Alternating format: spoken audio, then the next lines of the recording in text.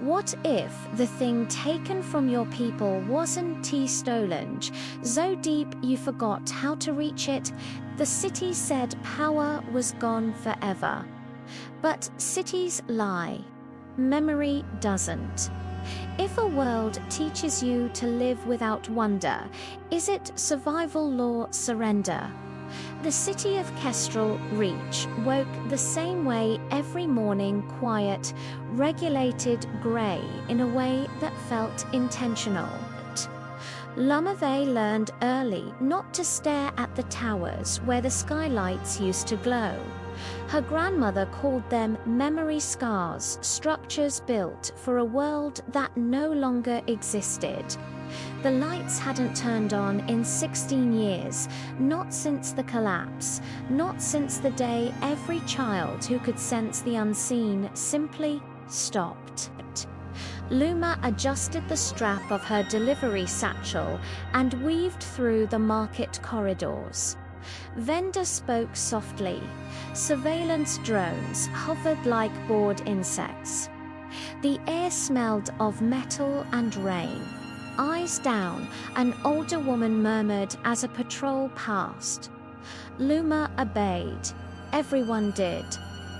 At home, memory was different. Her grandmother, Erie, still hummed while cooking old melodies with no recorded origin. Songs the city archives didn't recognize. Songs that made Luma's chest ache. "You're humming again," Luma said, trying to sound light. Erie smiled without stopping. Because silence is how forgetting starts. That night, the city announced another archive purge. Old data sectors sealed, unverified artifacts confiscated. Progress, they called it. Luma didn't plan to break the law. She only meant to deliver a package to the lower stacks. But when the floor panel collapsed beneath her feet, she fell hard into a sealed transit tunnel that wasn't on any city map. Something pulsed in the dark. Not light, not sound recognition. Her palm brushed a metal case, warm despite the cold. The moment she touched it, the air shifted, like a held breath finally released. Above her, alarms began to scream. Lamar ran heart pounding, fingers tingling without yet knowing why she was crying. The city believes power is extinct. But Luma has just felt it wake up. Luma didn't open the case until she was far beyond the city's approved zones, sheltering in the skeletal remains of an old transit hub. Moss crept through broken concrete. Wind carried voices that weren't there. Inside the case lay a lattice disc-thin, fractured, beautiful. It responded to her presence, emitting faint geometric projections that rearranged themselves like thoughts trying to become language. "You stole classified tech," Luma spun. The speaker was her age, dressed in city cadet grey, but without insignia. His hands were raised, not threatening, not friendly. "I followed the alarms," he said, names Rincolder, "and before you panic, I already resigned." "People don't resign," Luma said. "They run a preferred paperwork," he explained quickly. The disc wasn't a weapon. It was a mnemonic courier device designed to restore suppressed cognitive frequencies, not magic, not tech, potential. Others joined them, Sale, a quiet mechanic who could hear patterns in machines. Mireya, a former archivist who memorized what the city erased. They weren't heroes, they were leftovers. When drones appeared on the horizon, Luma felt it again, that pulse. This time, she didn't flinch, she focused. The drones hesitated, then powered down. No one spoke. Rin finally exhaled. The city's going to call that a threat. Luma closed her hand around the disc. Then they should have let us remember. Far above them, in the upper tiers, the city marked her name. If memory can awaken power, what happens when fear awakens first?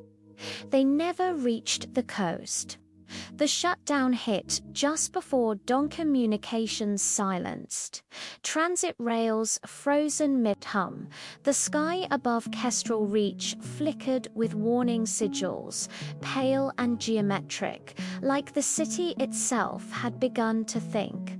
Myria stopped walking first. "They've activated the custodians," she said.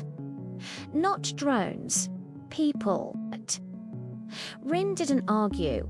He already knew he'd helped train some of them. When the custodians arrived, they didn't rush.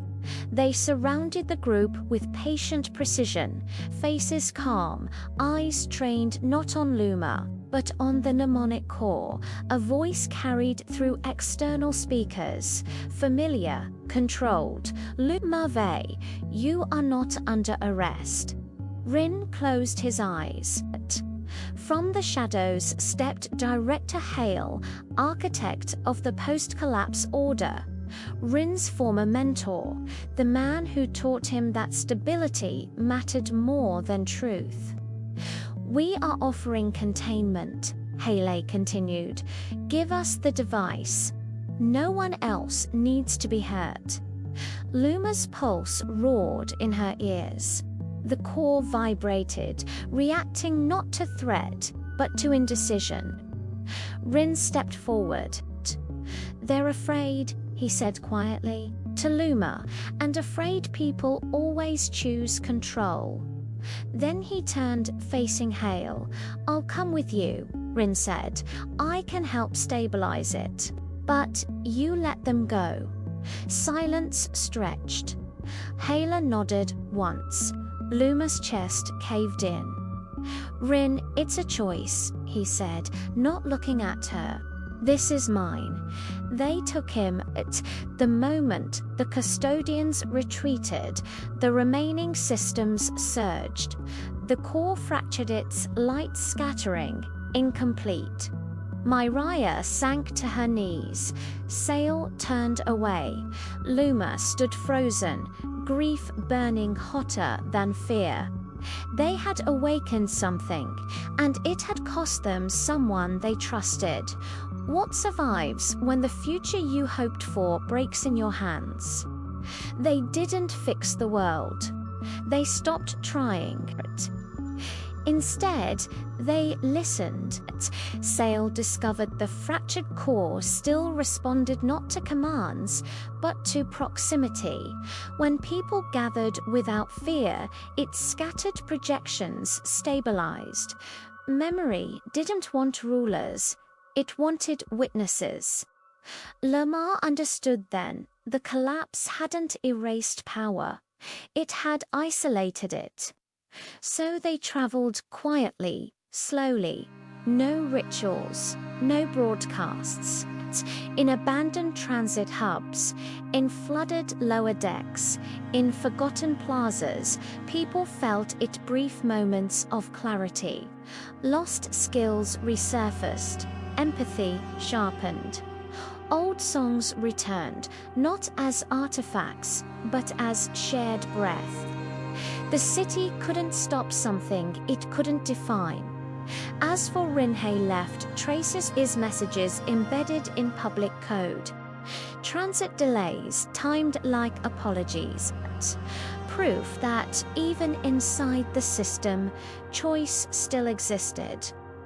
When Kestrel Reach finally dimmed its surveillance grid, it wasn't surrender. It was exhaustion. On a hill overlooking the city, Luma watched lights flicker back, not brighter, not unified, but plural. Human, Mireia asked softly. Is this enough? Luma thought of her grandmother's songs, of Rin's last look, of the core now silent in her pack, not broken, just resting. It's a beginning, she said. And beginnings don't need permission. The wind carried sound laughter, distant, unafraid. For the first time, the city didn't correct it. The world doesn't return to what it was. It becomes something braver. Some power shouts, some waits. The world doesn't change the moment we remember what we lost. But it changes when we decide what will carry forward. If the future is unfinished, what part would you choose to remember? If this story made you pause for a moment, subscribe for more stories that matter.